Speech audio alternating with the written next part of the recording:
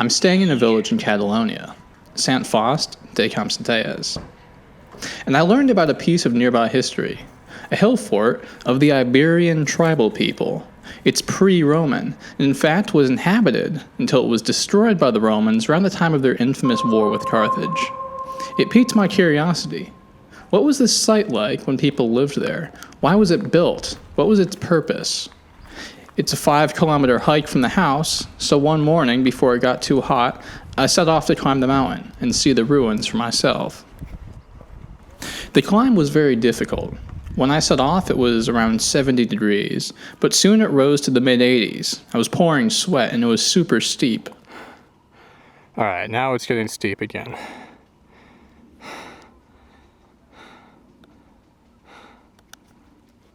During research, I'd learned that it was founded between the 9th and 7th century BCE. Building hill forts is something the Iberian tribes did, but they themselves were not indigenous to the area. They invaded from the south of Iberia, settling on top of land inhabited by Neolithic people and the Celts who lived in a more organic and egalitarian way. So that fusion produced an ethnicity known as Laetians. The Iberian tribes were not egalitarian.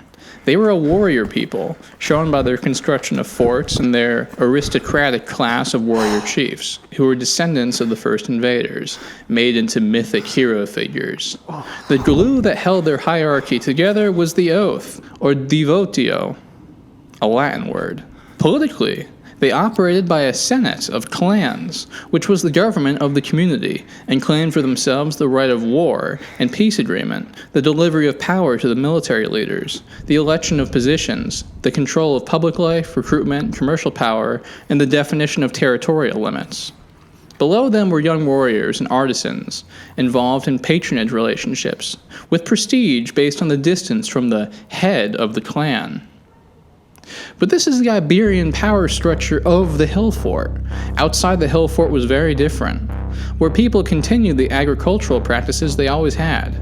Here, local councils of elders called the shots and negotiated the tension between the valley people and the warrior hill forts.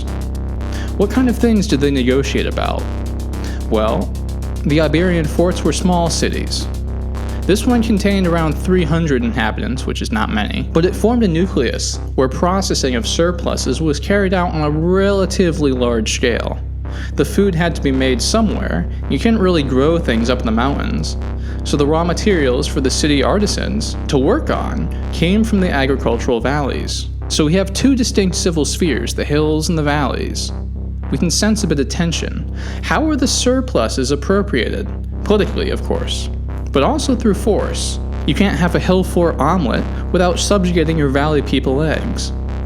Or perhaps it was more voluntary, and after the food was processed, it was redistributed back to the valley farmers to reinforce mutual obligations. Also, we know that there was a lot of trading going on with the Phoenicians, who took agricultural produce, and probably tin, and gave fine Hellenic pottery and other Mediterranean goodies in return.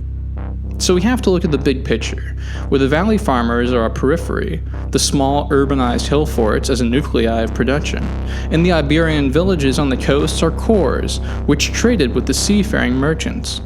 Surpluses grown from the earth by the women gardeners supported the Iberian artisans and the leaders, or was sold abroad. Redistribution done as a tribute to the higher order, as a political patronage. In return came Greek pottery and other traded valuables to return to their clientele. We know the hill forts stored surpluses of wheat, barley, and millet, which was kept underground, and these surpluses could last for 50 or possibly 100 years in this way. In the agricultural periphery, there was a council of elders and probably some form of municipal assembly. From up here, we can even spot incoming boats to the coast, which the Iberians would have seen coming and going. There's a fantastic view, and you could have seen an army from here, so that's already a terrific advantage. They probably could have seen their own coastal villages and the other hill forts to the east and west. Communication was probably quick and effective. There were roads and mile markers, which reinforces our assumption of political sophistication.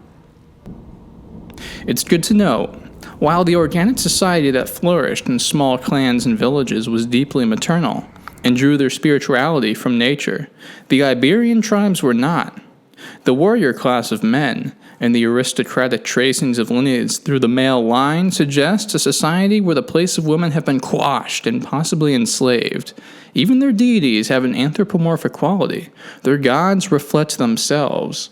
Ideologically, they've held dominance over mind and matter. These ideas of male rule probably drifted across the Mediterranean from the Far East, where the civilizational system of Sumeria had been constructed 1,000 or 2,000 years earlier.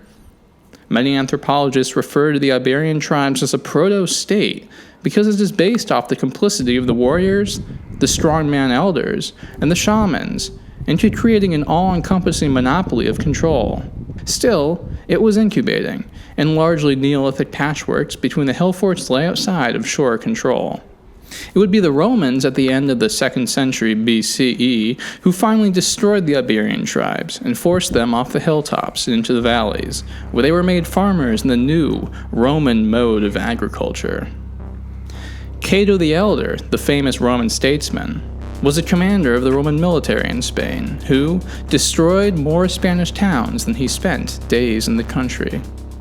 Thanks for watching this episode of Folk Pie, and don't forget to engage with the video to whatever degree to appease our algorithm god. And please share this video with friends who would be interested in history. See you next time.